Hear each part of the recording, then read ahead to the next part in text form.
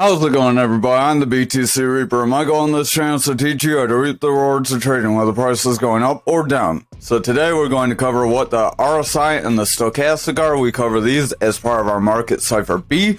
So this will be part of breaking down Market Cipher B for anyone that finds it hard to understand when we cover it nightly. RSI is displayed as an oscillator on a scale of 0 to 100, 0 being oversold, 100 being overbought.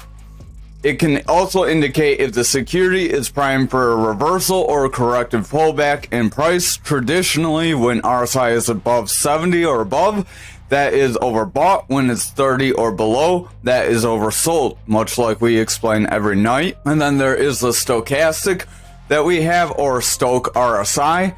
The stochastic RSI is a technical indicator used to measure the strength and weakness of the RSI over a set period of time. So the stochastic RSI shows the strength of the RSI. If the stochastic is falling, our RSI is weakening.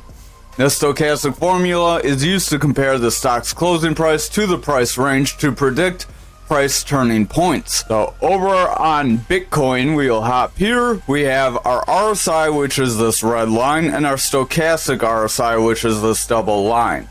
I will get rid of Market Cipher B real quick, and I will give you these: a relative strength index, stochastic RSI. So the RSI, if you use just this RSI, there's this yellow wave and this RSI wave. Our yellow wave is the moving average.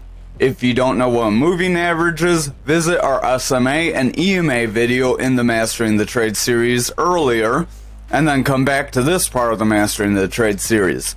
But then you have your RSI. So I like my RSI red.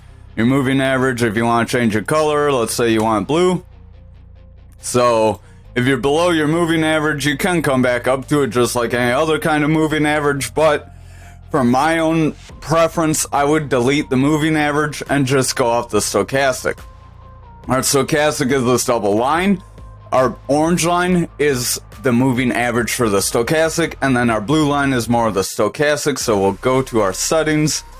So you have your K and your D. You can change your colors, but I typically leave those. Our stochastic shows the strength of our RSI, so our stochastic is currently oversold. Our RSI is currently oversold as well. When your orange line is above your blue line, you typically have bearish momentum on your stochastic RSI. When your blue line gets above your orange line, that is an attempt to gain bullish strength. You can see that back here. When blue is above orange, we run up. When orange is above blue, we typically run down. This would mean that our 1 hour could be primed for a reversal based on their definitions, but you would also want to view other things we cover.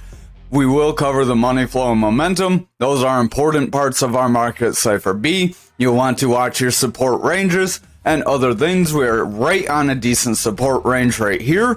So if we can hold this, we can see that correction move up.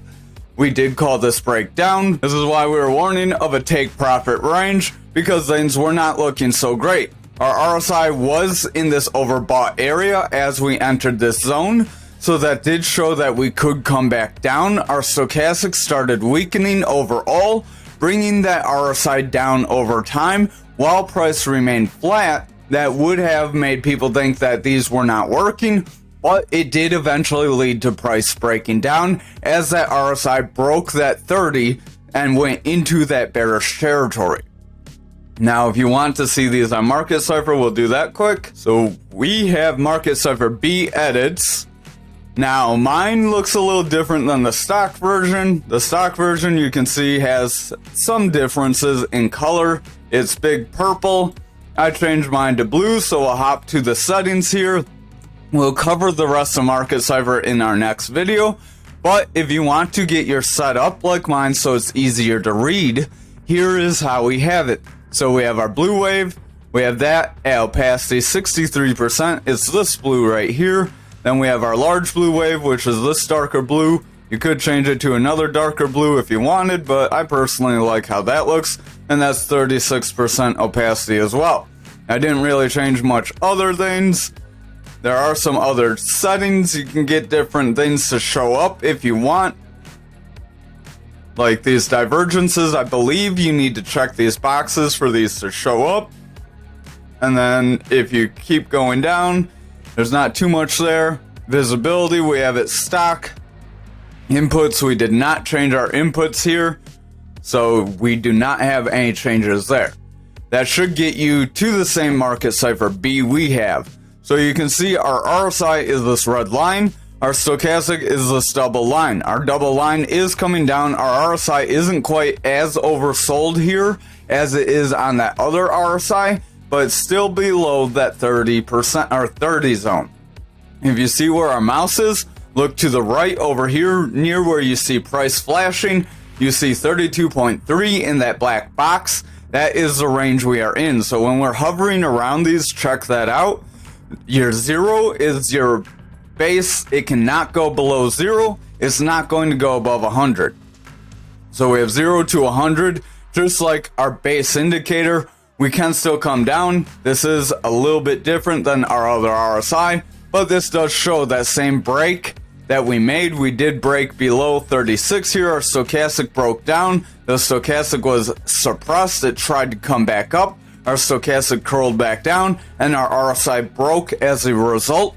The VWAP was bearish. Money flow broke bearish, but those are other things we'll cover in the next video. I look forward to seeing you there. Have a great day.